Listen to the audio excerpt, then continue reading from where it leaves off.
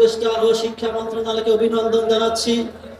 যারা শিক্ষক ফোরামের অব্যাহত কর্মসূচির দাবিতে প্রেস ক্লাবে ধর্ম উপদেষ্টার মাধ্যমে সাংবাদিক সম্মেলন, প্রেস ক্লাবে শিক্ষকদের উপস্থিতিতে বিশ্বাস হুজুরের আহ্বানের দাবির পরিপ্রেক্ষিতে তারা স্বতন্ত্র ইবতেদায়ী মাদ্রাসাকে এমপিভুক্ত করার গণবিজ্ঞপ্তি প্রকাশ করেছে। আমি সেই সাথে এই সরকার অন্তর্বর্তী সরকারকে আহ্বান জানাইতে চাই, প্রতিটি প্রাইমারি স্কুলে ধর্ম শিক্ষক নিয়োগ বাধ্যতামূলক করতে হবে এবং সেখানে কওমি মাদ্রাসার আলেমকে নিয়োগ দিতে হবে। পরিশেষে আমি বলতে চাই, ভোট নির্বাচন আসলে ভোট ডাকাতেরা জনপ্রতিনিধি জনদরদি হয়ে যায়। আমি নির্বাচন কমিশনকে আহ্বান জানাতে চাই, ভোট সমাপ্তির পর কেউ কেউ বলতেছে ভোট ডাকাতি হয়েছে, কেউ বলতেছে সূক্ষ্ম কারচুপি হয়েছে। সুতরাং আপনি যদি এই অপবাদ থেকে পরিত্রাণ পেতে চান, তাহলে পিআর পদ্ধতিতে নির্বাচনের বিকল্প আর নাই। পিআর পদ্ধতিতে ইলেকশন করে আপনি এই দেশে একটি ইতিহাস সৃষ্টি করে যান।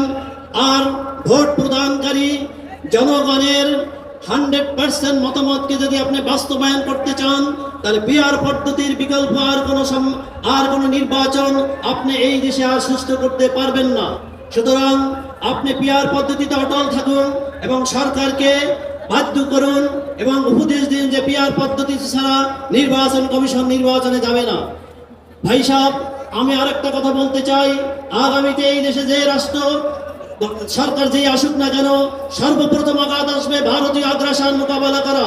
আমরা যদি ভারতীয় আগ্রাসনকে মোকাবেলা করতে চাই, ইসলামকে রাষ্ট্র ক্ষমতায় বসাতে হবে। এই আহ্বান রেখে আমি আমার বক্তব্য শেষ করছি। আসসালামু আলাইকুম রহমতুল্লাহ বরকাতুহু। সংগ্রামী ভাই ও বন্ধুগণ, এ পর্যায়ে আলোচনা করছেন ইসলামী মুক্তিযোদ্ধা পরিষদের কেন্দ্রীয় সভাপতি, ইসলামী আন্দোলন বাংলাদেশের মুক্তিযুদ্ধ বিষয়ক সম্পাদক, জননেতা, বীর মুক্তিযোদ্ধা আলহাজ আবুল কাশেম। অধ্যক্ষা, মহাসমাবেশের সম্মানিত সভাপতি, কেন্দ্রীয় ও জাতীয় নেতৃবৃন্দ, সম্মুখে উপবিষ্ট বিভিন্ন জেলা ইউনিয়ন থানা থেকে আগত আন্দোলনের বিভিন্ন দায়িত্বশীল ভাইয়েরা, আসসালামু আলাইকুম রহমতুল্লাহ বারাকাতুহু। আমরা আজ থেকে প্রায় 55 বছর আগে যুদ্ধ করেছিলাম এদেশের সাম্য, সামাজিক বিচার এবং কল্যাণ রাষ্ট্রের জন্য। কিন্তু দেখতে দেখতে প্রায় 55 বছর চলে যেতেছে, আমাদের স্বপ্ন রয়ে গেছে। কারণ আমরা যে জন্য যুদ্ধ করেছিলাম, 72 সালে আমাদের যুদ্ধকে জলাঞ্জলি দিয়ে নতুন সংবিধান তৈরি হয়েছে। কাজে আমরা 72 সংবিধানকে এখন আমরা ছিঁড়ে আমরা ডাস্টবিনে ফেলে দিতে চাই। আমরা ইসলামের আলোকে মানবতার স্বার্থে দেশকে সাজিয়ে জন্য অনুরোধ করছি। আমরা যুদ্ধ করেছিলাম যে জন্য আমাদের যুদ্ধের কোনো আশা আমরা পূরণ করতে পারিনি।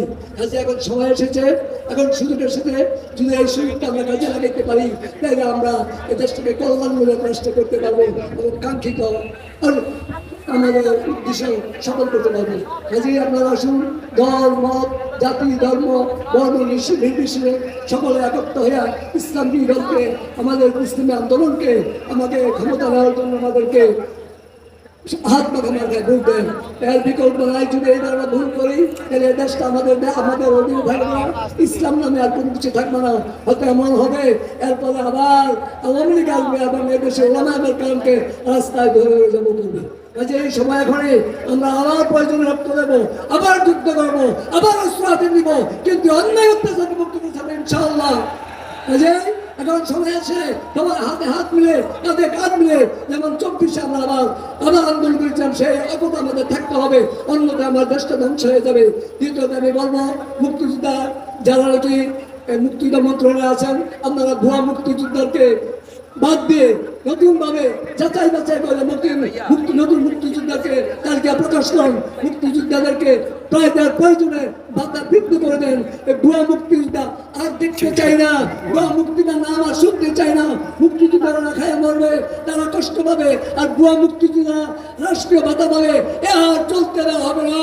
কাজে আসুন, যত মুক্তিযোদ্ধা আছে মুক্তিযোদ্ধা প্রজন্ম আছে, দেশপ্রেমী আছে, আপনারা প্রয়োজন পীর সাহেব তোমরা ডাক দেয়, আপনার মাঝে আসতে রাজি আছেন? প্রয়োজন আবার যুদ্ধ